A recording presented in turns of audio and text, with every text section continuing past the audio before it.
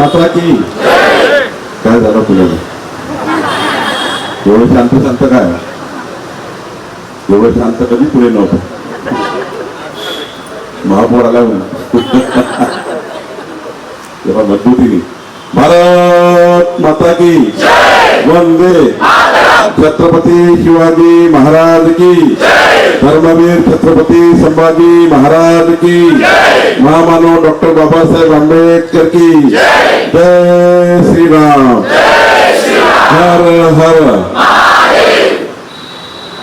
आज आपल्या स्थापना दिवसाच्या या अत्यंत आपल्याकरता जो पक्षाकरता पावन दिवस ज्याला म्हणतो, ज्या दिवशी श्रद्धेय अटलजींनी अरबी समुद्राच्या साक्षीने 6 एप्रिल 1980 ला भारतीय जनता पक्षाची स्थापना केली आणि या स्थापना दिवसाचा आज जो कार्यक्रम या ठिकाणी पुण्याला होता, या कार्यक्रमाला उपस्थित आपले अध्यक्ष धीरज घाटेजी, आपले प्रदेश महामंत्री राजेश पांडेजी, महापौर मनविषाताईजी, राज्यमंत्री पंकज भोयरजी, माधुरताई मिसाळजी, आपले संघटन मंत्री मकरंद देशपांडेजी, आपले पक्षाचे सरचिटणीस बापू मानकरजी, सुशील मेंगळेजी, विश्वास नन्नावरेजी, रवींद्र साळगावकरजी, प्रियंकाताई शेंडगे, पुनीतजी जोशी, आपले आमदार भीमराव कापसेजी, दिलीप कांबळेजी, आपल्या इथले अध्यक्ष प्राचीताई बगाटेजी, या ठिकाणी उपस्थित आपले standing committee chairman Shrinath Dhanaleji, Ganesh Diwakarji आणि अनेक मान्यवर नगरसेवक या ठिकाणी बसलेले आहेत, या ठिकाणी आहेत आणि अनेक मान्यवर पक्षाचे पदाधिकारी आहेत, त्यांची नाव मी घेऊ शकलो नाही. खरं तर आज काही भाषणाचं फार औचित्य नाही, पण माननीय अध्यक्ष धीरज घाटेजी यांनी झेंडावंदन केल्यानंतर आपल्या सर्व कार्यकर्त्यांनी या ठिकाणी एक नव्या ऊर्जेने, एक नव्या दमाने पुन्हा एकदा संघटन शक्तीला मजबूत करण्याकरता आपण जी विचाराची लढाई सुरू केली आहे, विकसित भारताचा संकल्प केला आहे. एकीकडे विचाराची लढाई आहे, दुसरीकडे विकसित भारताचा संकल्प आहे. या दोन्ही ची काळजोड करून आपल्याला पुढच्या काळामध्ये आपल्या देशाला सर्वश्रेष्ठ देश, जगातला सर्वोत्तम देश करण्याचा जे भूमिका, जो विचार भारतीय जनता पक्षाने केला आहे, त्याकरता आपल्या सर्वांना संकल्पित व्हायचं आहे. खरं तर 6 एप्रिल 1980 मला जेव्हा अटलजींनी भारतीय जनता पक्षाची स्थापना केली, तेव्हा कधीच वाटत नव्हतं आपण सर्व सत्तेमध्ये येऊ. तेव्हा तर फक्त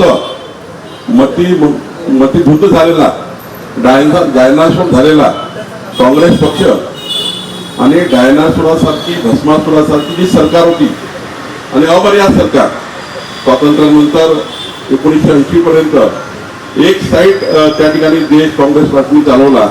अशा वेळी अशा डायनासोरासारख्या सत्तेच्या विरुद्ध प्रभावी विरोधी पक्ष असावा. प्रभावी विरोधी पक्ष हा संविधानाने आपण या सत्तेच्या मतिधुंद झालेल्या या सत्तेच्या विरुद्ध आपण लढाई लढू शकतो, ही भूमिका. आणि यामध्ये अंत्योदयाचा विचार करून माननीय अटल बिहारी वाजपेयीजींनी दीनदयाल उपाध्यायांचा अंत्योदयाचा संकल्प, दीनदयाल उपाध्यायजींनी मांडलेला अंत्योदय, श्यामाप्रसाद मुखर्जींनी मांडलेला संघर्ष आणि सध्या अटल बिहारी वाजपेयीजींनी हा पुढे नेण्याचा प्रयत्न केला.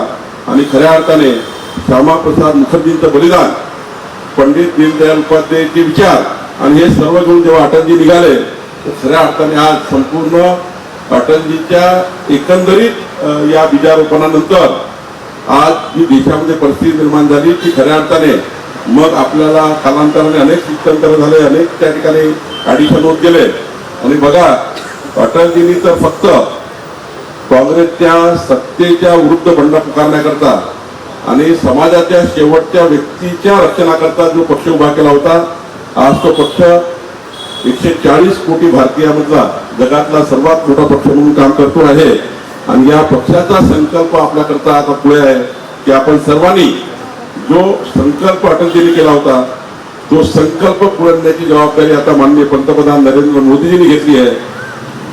माननीय अटलजींनी रोपटं लावलं, आज वटवृक्ष झालं. पण या वटवृक्षाला पुढे नेऊन एक मोठा हेतू माननीय मोदीजींनी तयार केलेला आहे.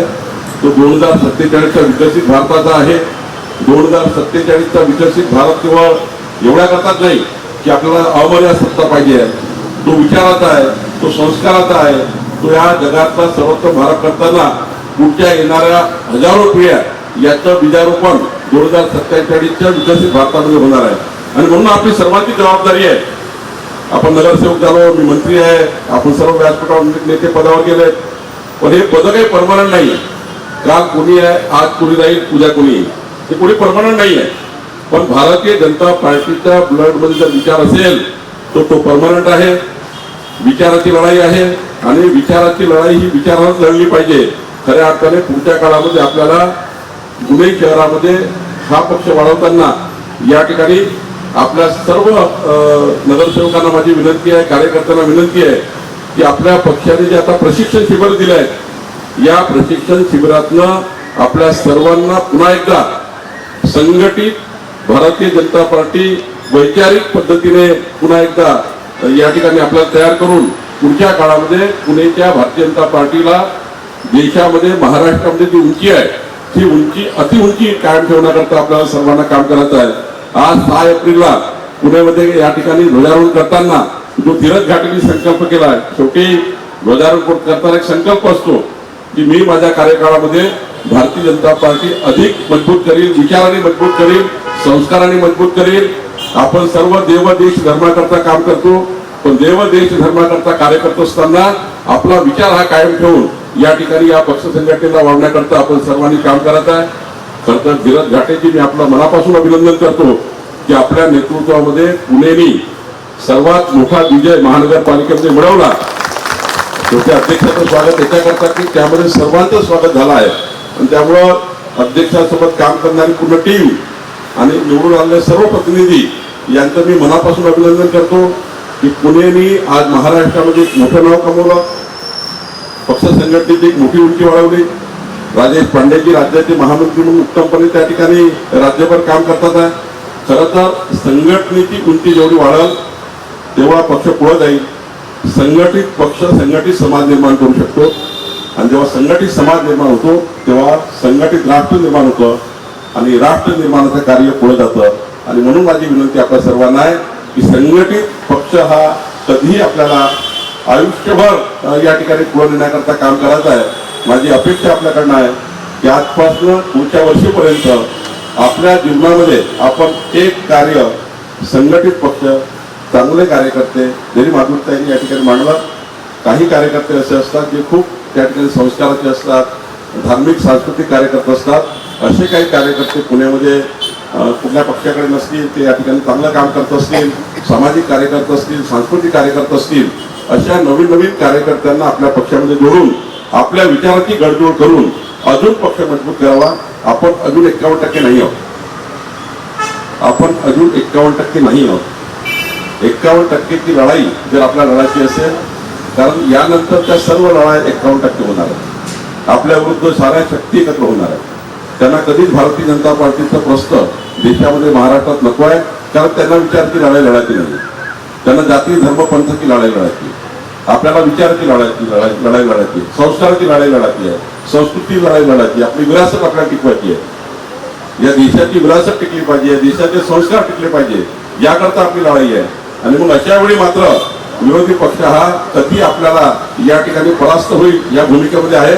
पण आपली भूमिका अशी असली पाहिजे की आपल्या आपल्या भागामध्ये 51% जनतेला आपल्यासोबत जोडण्याकरता जे उत्कृष्ट, अतिउत्कृष्ट कार्यकर्ते समाजामध्ये आहेत, युवक आहेत, त्या युवकांना भारतीय जनता पार्टीमध्ये आणून एक चांगली संघटन शक्ती मजबूत केली पाहिजे, जेणेकरून पुढच्या काळामध्ये माननीय प्रधानमंत्री मोदींचं विकसित भारताचं, माननीय देवेंद्र फडणवीसांचं विकसित महाराष्ट्राचं हा दोन्हीचा संकल्प पूर्ण झाला पाहिजे. याकरता पुणे शहर भारतीय जनता पार्टीने धीरज घाटेंच्या नेतृत्वामध्ये उत्तम काम करावं अशी विनंती मी आपल्याला करतो. सर्वांना शुभेच्छा देतो. खूप खूप धन्यवाद. धन्यवाद साहेब. यानंतर आपला